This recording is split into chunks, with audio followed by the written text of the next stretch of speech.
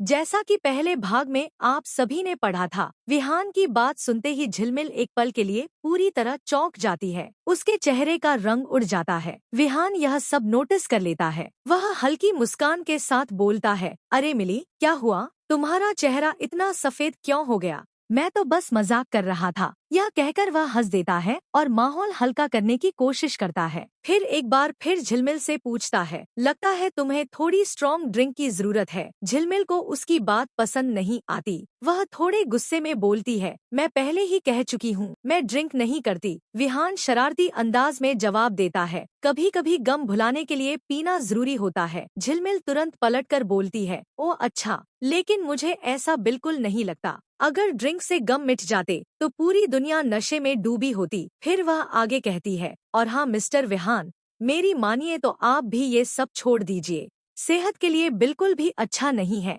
विहान उसकी सारी बातें चुपचाप सुनता रहता है। जब झिलमिल देखती है कि वह उसे काफी देर से बिना पलक झपकाए देख रहा है, तो वह थोड़ा असहज होकर पूछती है, क्या मैंने कुछ गलत कह दिया? आप मुझे ऐसे क्यों घूर रहे हैं? विहान हल्की आवाज में कहता है, नहीं, ऐसा कुछ नहीं है। बस आज से पहले किसी ने मेरी इतनी परवाह नहीं की। फिर थोड़ा रुककर वह आगे जोड़ता है, और वैसे भी मुझे इन सब चीजों की आदत नहीं है, नहीं अच्छे बर्ताव की।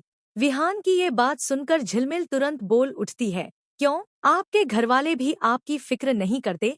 झिलमिल के ये शब्द सुनते ही विहान थोड़ा मायूस हो जाता है। उसके चेहरे पर एक गहरी उदासी छा जाती है। झिलमिल को तुरंत एहसास होता है कि शायद उससे कुछ गलत निकल गया। वह मासूम सा चेहरा बनाकर कहती है, सॉरी, अगर मैंने कुछ गलत कहा हो तो। विहान हल्की मुस्कान के साथ जवाब देता है, नहीं, कोई बात नहीं। फिर वह इधर उधर नजर डालते हुए कहता है, अगर तुम चाहो तो हम यहाँ से बाहर चल सकते हैं, शायद तुम्हें भी यहाँ अच्छा नहीं लग रहा। झिलमिल थोड़ी हिचकिचाते हुए बोलती है, लेकिन मैं अकेली कैसे? और हम दोनों तो एक दूसरे को ठीक से जानते भी नहीं। विहान पूरे भरोसे से कहता है, चिंता मत करो, तुम मेरे साथ पूरी तरह सुरक्षित हो, और मैं किसी भी लड़की को उसकी मर्जी के बिना हाथ तक नहीं लगाता। ये मेरे उसूलों के खिलाफ है। विहान की बात सुनकर झिलमिल को थोड़ा सुकून मिलता है। वह कहती है, मुझे भी यहाँ से बाहर जाना अच्छा लगेगा, लेकिन पहले मुझे अपनी सहेलियों को बताना होगा। यह कहकर झिलमिल फोन निकालती है और शिवी को कॉल करती है,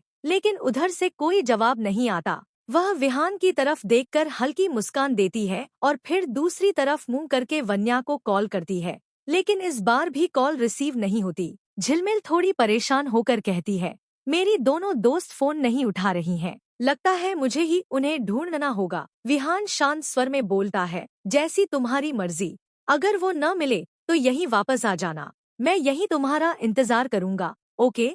लेकिन झिलमिल उसकी बातों को अनसुना कर देती है। बिना कोई जवाब दिए वह वहां से चली जाती है और अपनी दोस्तों को ढूंढने लगती है। चलते चलते वह मन ही मन बड़बड़ाती है, पता नहीं ये दोनों कहाँ चली गई हैं। काफी देर तक पूरे पब में ढूंढने के बाद भी जब उसे दोनों नहीं मिलती, तो वह बाहर की तरफ निकल जाती है। तभी अचानक कोई उसका हाथ पकड़ लेता है और उसे जबरदस्ती एक कमरे की तरफ खींच ले जाता है। झिलमिल के मुंह से जोरदार चीख निकलती है, हाँ हाँ, हेल्प, जारी है। जय बाबा की।